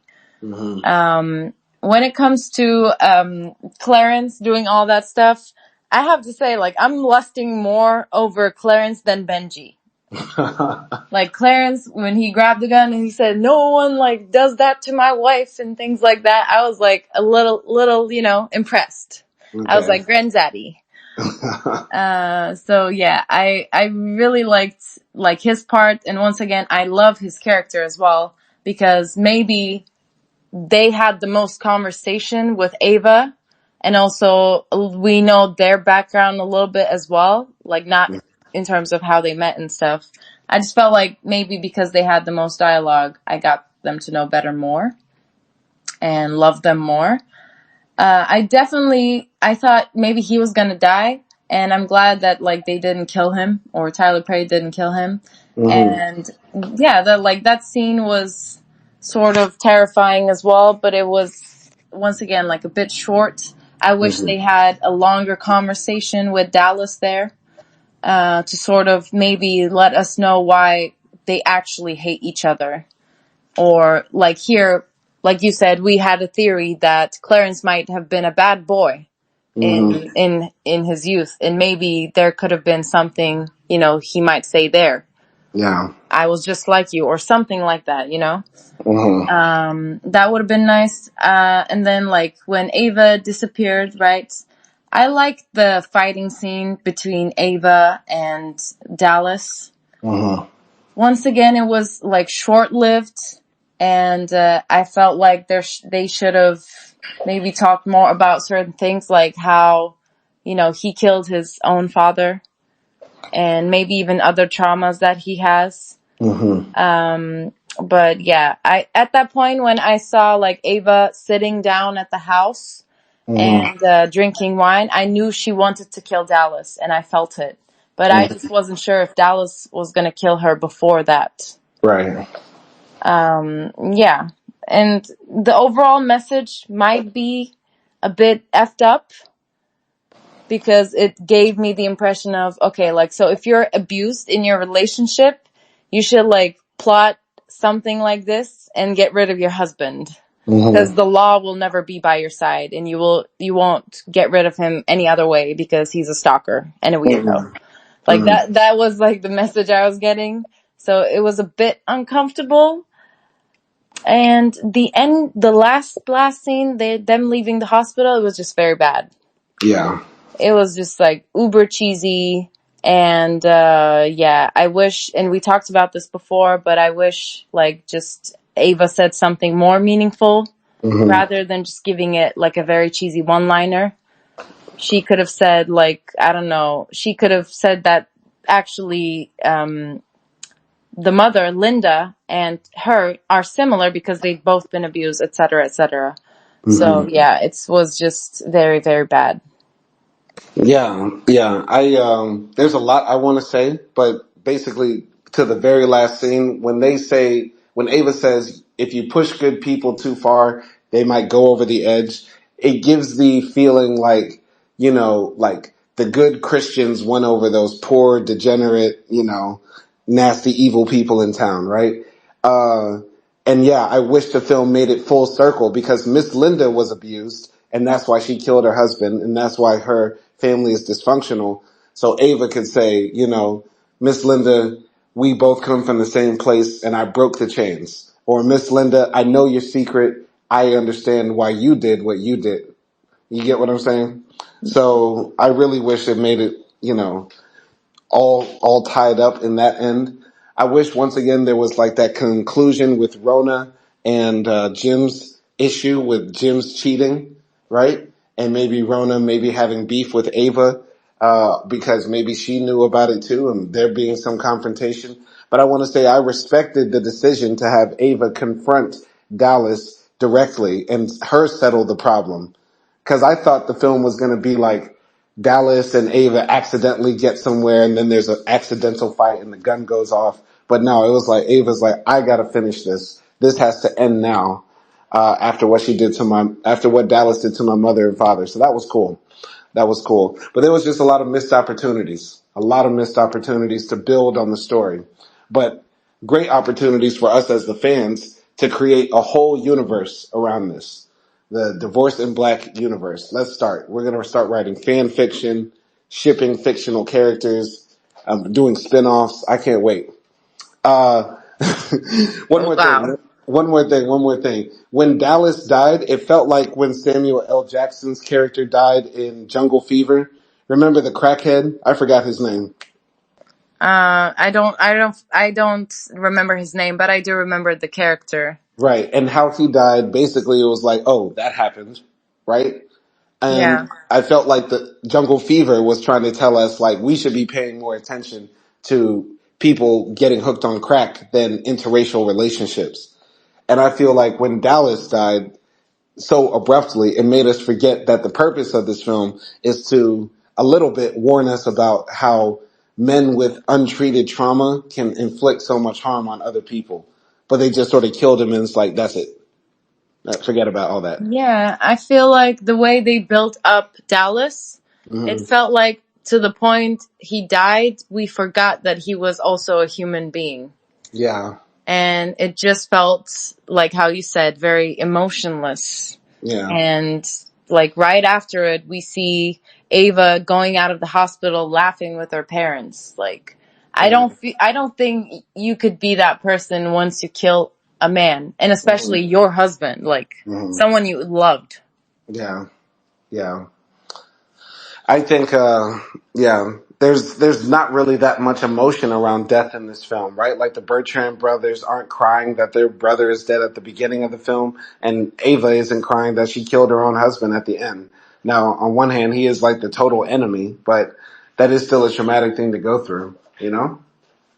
Yeah, definitely. And I don't know, like I said, maybe if they dig more into Dallas's character, then we would have felt something more when he died. Yeah. Like, I'm not saying like, yeah, let's cry and, wipe our tears. But at least, whenever a person dies in the movie, I feel a bit sad because a person dies. And in this case, I felt like she just shot the devil or something. Like, this man was just evil. Yeah. And he got shot and he deserved it. And that's what, like, the movie gave me. I would have liked to see my dream ending for Dallas would have been this. He has a total and complete psychotic breakdown in the kitchen where he's like, I hate myself. I killed my father. I'm so sorry, Daddy. I hate you, Ava, but I love you, Ava. I gotta kill you, Ava, but I need you to live with me, Ava. Like, just go absolutely full Joker mode. And then Ava's like sort of forced to kill him in a way of like putting your dog down, like easing the pain. I thought that would have been a more interesting way for Dallas to go. You know what I mean? Or he could have went to a mental institution. They could have just locked him up in a mental institution and then Ava would be like, I told you we needed therapy. So, I don't know, maybe, I didn't want Dallas to die. Now talking about it, I felt bad for him, but at the time I was relieved when he died because he was such a tension. Yeah. In the film, it's so easy just to, once again, it would have been great if Dallas or Ava said, what am I in, a Tyler Perry film? I'm the evil ex-husband coming to ruin a black woman's life. What is this? Medea 6? Wow. What do you think? Because I know this is like a critique of yours. How do you think black men are portrayed in this movie? Because you usually don't like it when black men are portrayed as just like very bad. This film is the blackest, whitest film I've seen in a long time, in the sense that blackness is sort of like only the superficial color of the people or the superficial identity of the people, but it's not a motivating force in any of the dialogue. None of the people refer to themselves as black. It's not a part that's moving the story forward. I think a part of that is because part of this movie takes place in the deep south, in rural Georgia and Atlanta, where blackness is so pervasive. It's like talking about whiteness in the context of Lithuania. Everybody's white. You get what I'm saying? So I don't feel like the audience and the creators of this film match and synchronize, in the sense that most people understand that Divorced in Black is going to be mostly watched by black people, and it was made with black people in mind, and it's just made to tell a story that doesn't center itself around blackness. So because of that, Dallas being the hyper aggressive male, in this case, he can be a hyper aggressive male, not a hyper aggressive black male. You get what I'm saying? Okay. Yeah, I understand that. Yeah. So yeah, I wasn't watching this like cringing, like, oh God, he's playing like the super thug or super evil black man. Like, no, it wasn't like that. So Okay. I yeah. was just curious. But overall, what's your final score for this film? A 4. A 4 Wow. out of 10. Character, intensity is missing. I don't like some of the dialogue. I think it's surface level.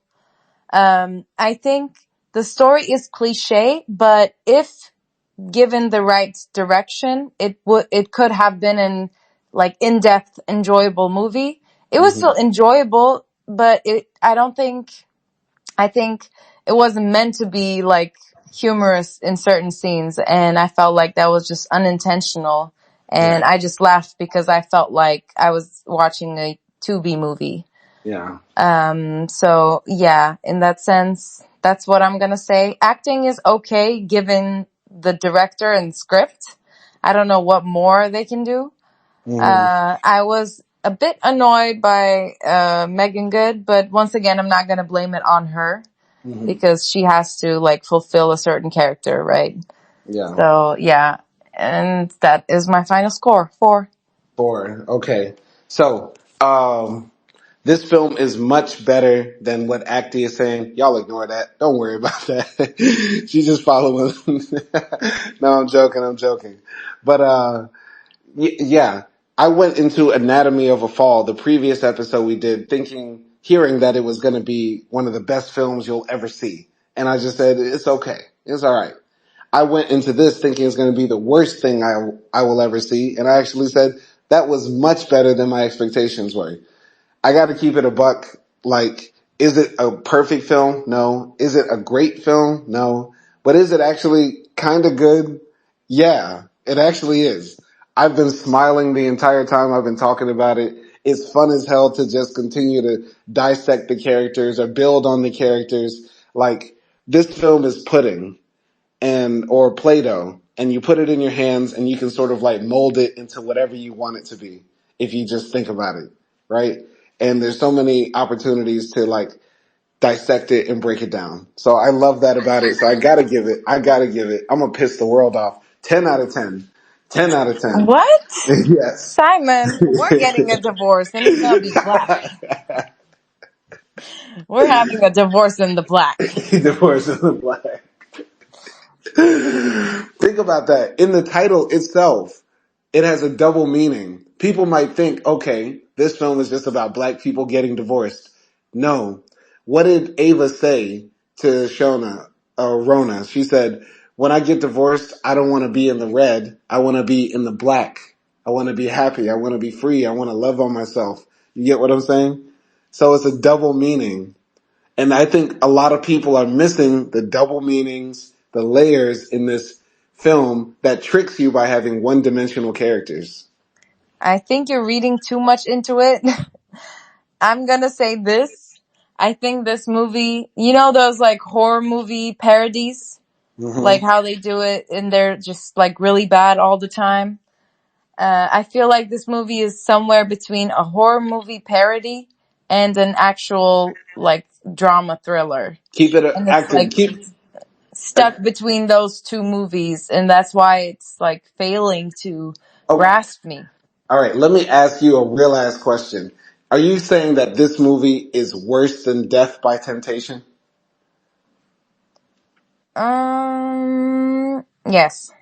Wow. Come on. Those are equally just as much like cheesy B movies. Like we really dressed up Death by Temptation, but if you really break it down, there's a lot of problems in that film too. From like the saxophones playing while people are making love and like the bad CGI graphics and some of the dialogue as well is crazy. But I feel like with Death by Temptation, the storyline and the hints are not all over the place.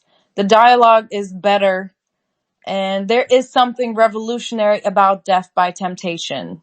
Uh huh.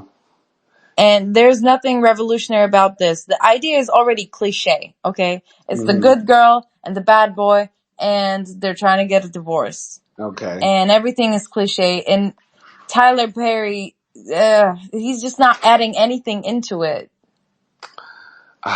I get what you're saying. I get what you're saying, but I can't say, oh, this film is like so bad. Like I can't just go along with the crowd that are just ripping this down because we've watched some other films that were made, years ago, like Death by Temptation, or I would argue The African Desperate. I feel like this film isn't that much better than The African Desperate or Death by Temptation. Both films that I genuinely enjoyed, but I really had fun with this. It's a movie that you can have fun if you're just like trolling it. Like, yeah, we can have fun trolling it, creating like scenarios and things, but it's just not a movie that I can take seriously. And by seriously, I'm not thinking like, oh, it's not making me like think philosophically. I'm not saying that, Hmm. but I just feel like it's just a blob put out there. Mea culpa is worse, yes. And this is an improvement. Like, I will agree to that part. But it's not a good enough improvement yet for me to give it like a score over 5. I got you. I got you. So you feel like I'm tripping. I just feel like you love weird shit. I liked Love. I liked Divorce in Black. Hey, I don't know. I like what I like. I cannot lie. I would watch this again. I would watch it again to continue just breaking down the layers in it. Okay. I mean, I probably will watch it again and then play like a drinking game with it. Every time Ava blinks, like Yeah. every time Ava says, "No, it's okay, you can go and leave me with my abusive husband." Every time she says that, like, take a shot. Yeah, every time Ava says it's okay, I take a tequila shot. And then every time Dallas shows up somewhere unannounced, I take a whiskey shot. Every time Rona rolls her neck, you just gotta take a big old swig. Yeah. Like, Every I would just troll this movie or maybe watch it like high every with, time with my girlfriends. every time Jim does something pussy, just drink a beer. Yeah. No, you need like Sex on the Beach cocktail for Jim, because I that's know, the right? drink that he deserves. Oh man. Oh man. But overall, yeah. So 10 out of 10, Divorce in Black.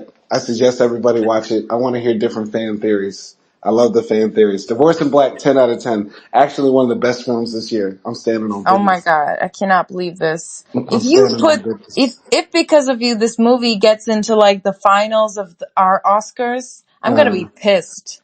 hey, it's gonna be in there. It's gonna be in I'm there. gonna be so pissed. I'm gonna be fighting for it. I'm gonna be fighting for it for real. Uh, Yeah. anyway. But overall, thank you everybody for listening. Shout out my guy Avery Adams. This has been episode 63, Simon and Acting Movie Reviews, Tyler Perry's Divorce in Black. Peace.